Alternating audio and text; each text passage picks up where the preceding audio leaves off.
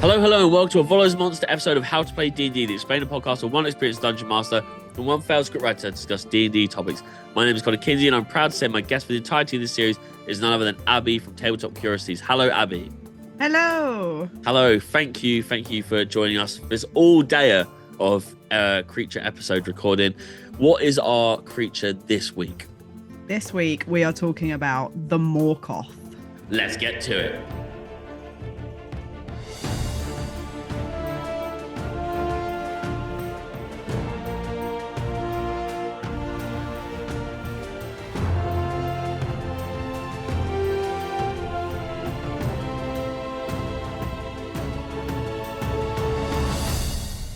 Okay, so today's episode is on Morkoths. It's a physical form of a period, except it's also stealing all of your belongings.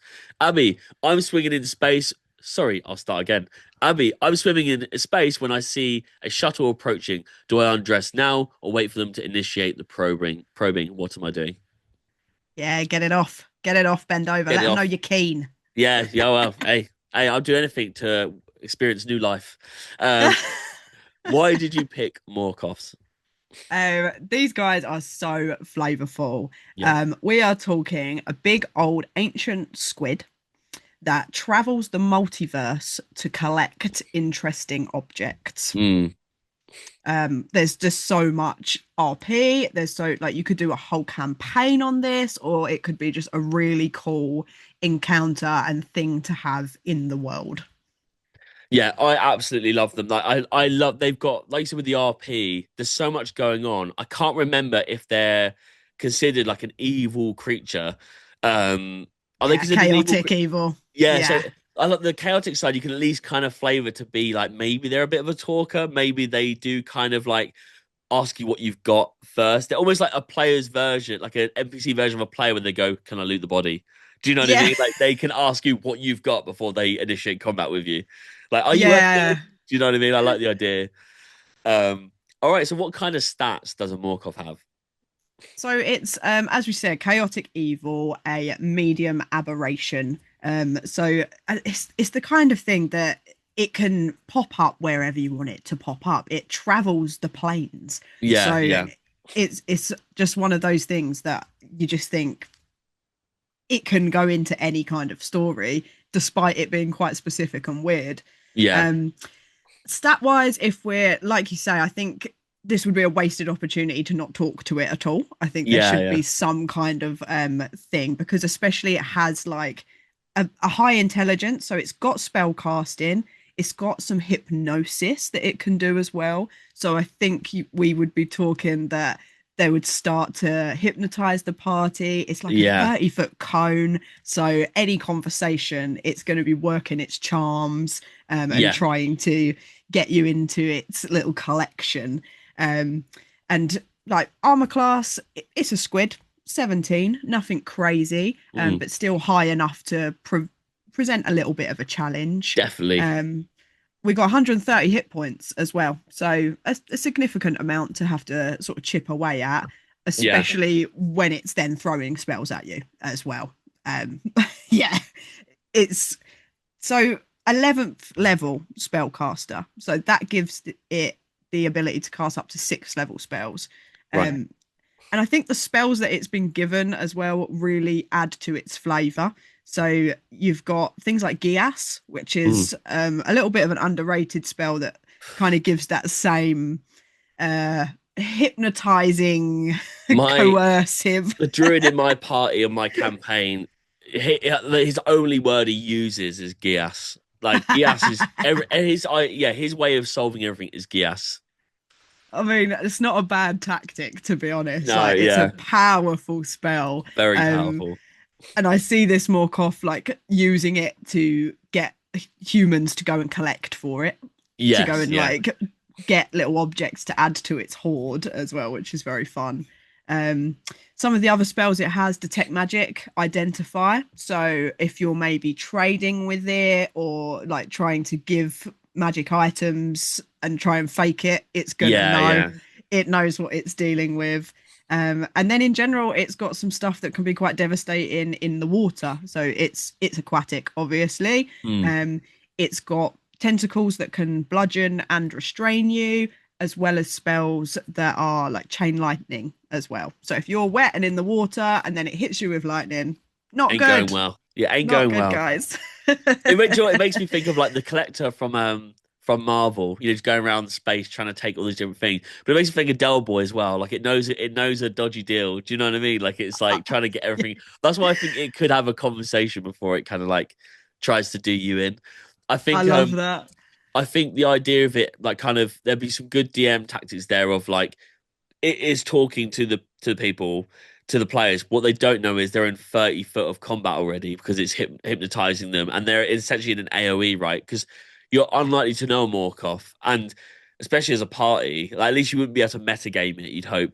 And so like they're not going to be shouting at a different distance to talk to it because they know it's a Morkoth. Do you know what I mean? So it's kind of a good way to kind of surprise initiate combat. Yeah, yeah. Mate, if you were feeling really cruel as well, if that hypnosis kind of works, they could be in combat without even knowing about it at first. Yeah, yeah, definitely. So I really like that. All right then. So how does a DM use this in their games? So yeah, this could be the basis of an entire campaign.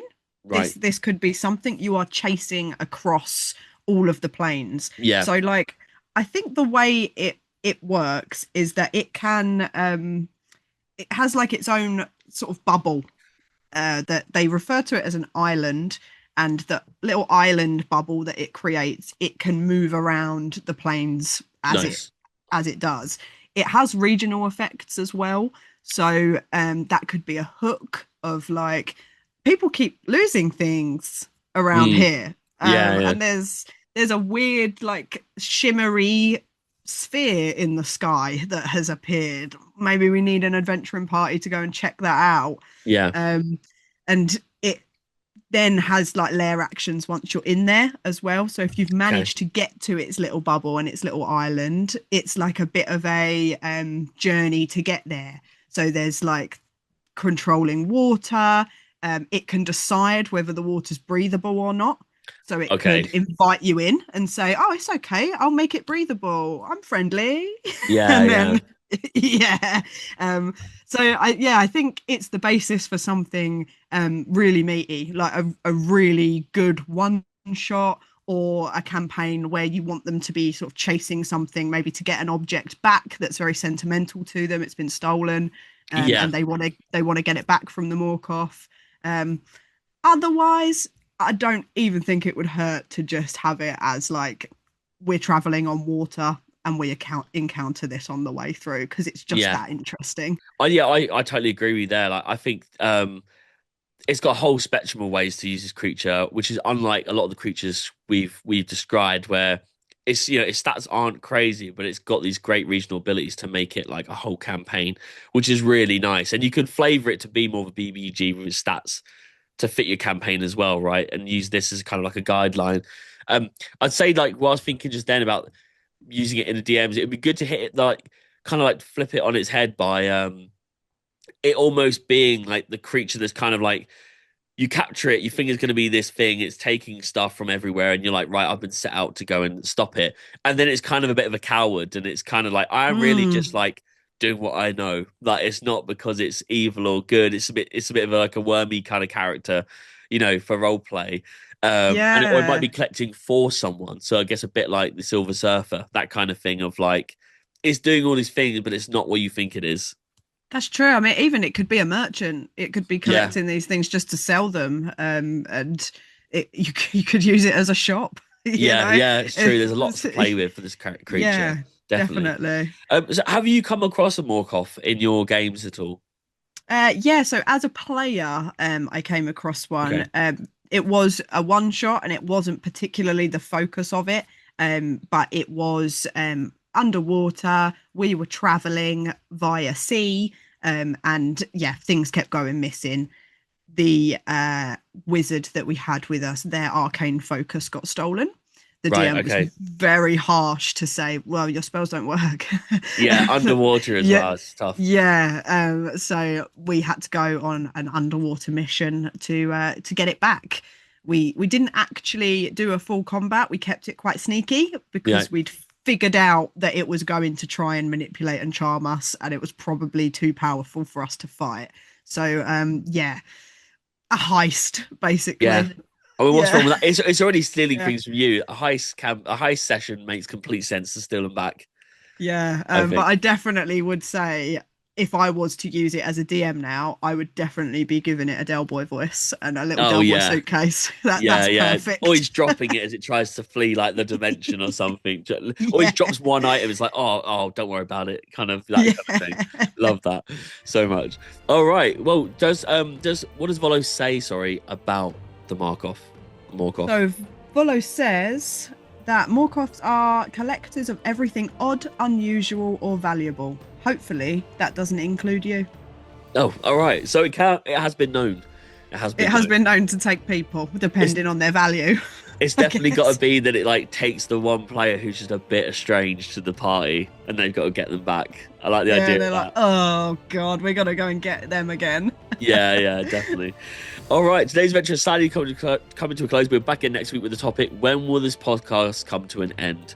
And as always, thank you for tuning in. And if you'd like to join in on the D&D action, then please follow us on Instagram at How to Play D&D, or check out the link in our bio to join our Discord server.